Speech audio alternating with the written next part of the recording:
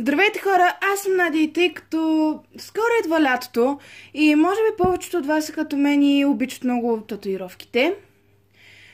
В това видео точно това смятам да ви представя, как да си направите татуировка, която издържа най-малко месец, а същевременно без болка и без нищо, просто ето така и наистина краси много добре.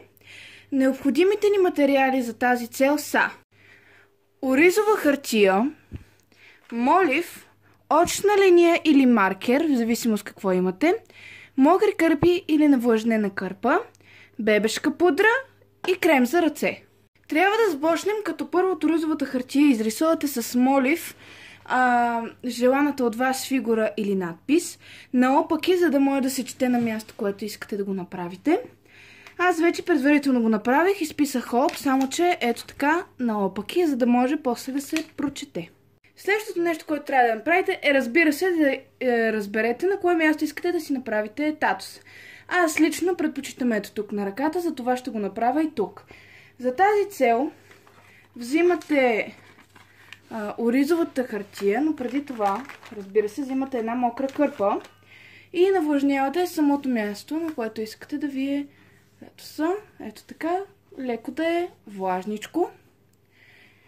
След което взимате и самия татус, вече начертан, и го поставяте по ето този начин върху ръката или място, където искате да го. След това отгоре повтаряте с навлажнената кърпичка или мократа кърпа. Ето така, хубаво, за да може по макар и лек начин да се очертае върху кожата нещото, което вие сте направили. В моя случай надписа именно Hope, на български надежда. Ето така. И ако смятате, че вече сте готови, леко отлепвате и може да погледнете колко тънка ивица. Следващата стъпка за това е да вземете очната линия или маркера и просто да очертаете ето така цялата фигурка отгоре. Ето, може да видите колко добре се получи благодарение на очната линия.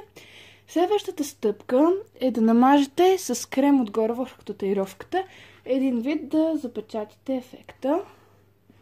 Така върху целият татус, навсякъде да има обилно.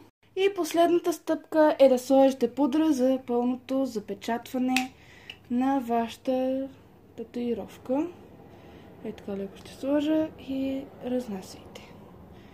Ето така с потупващи движения. И така ето го и крайния резултат. Не забравяйте, ако това видео ви е харесало, дайте палче нагоре и се абонирайте за канала ми, за да следвате първи новите ми видеа. Също така може да ме последвате ето тук в Facebook страницата ми, където също се пише Надя Н.